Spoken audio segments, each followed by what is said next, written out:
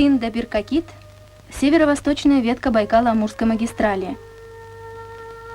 Она приведет к кладовым Южной Якутии, даст жизнь большому территориально-производственному комплексу страны. Становой хребет – главная преграда на пути строителей. Его прорежет туннель в 1250 метров.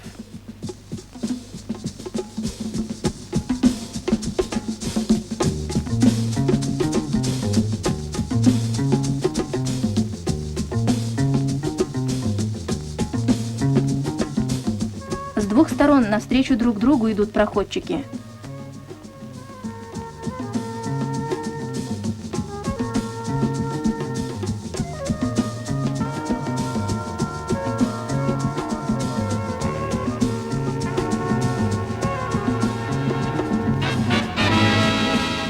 Инженер Владимир Корнеев.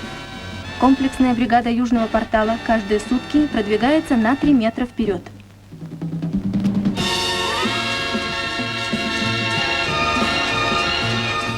Коллектив тоннельного отряда в честь 60-летия Великого Октября взял повышенное обязательство досрочно в августе этого года произвести сбойку.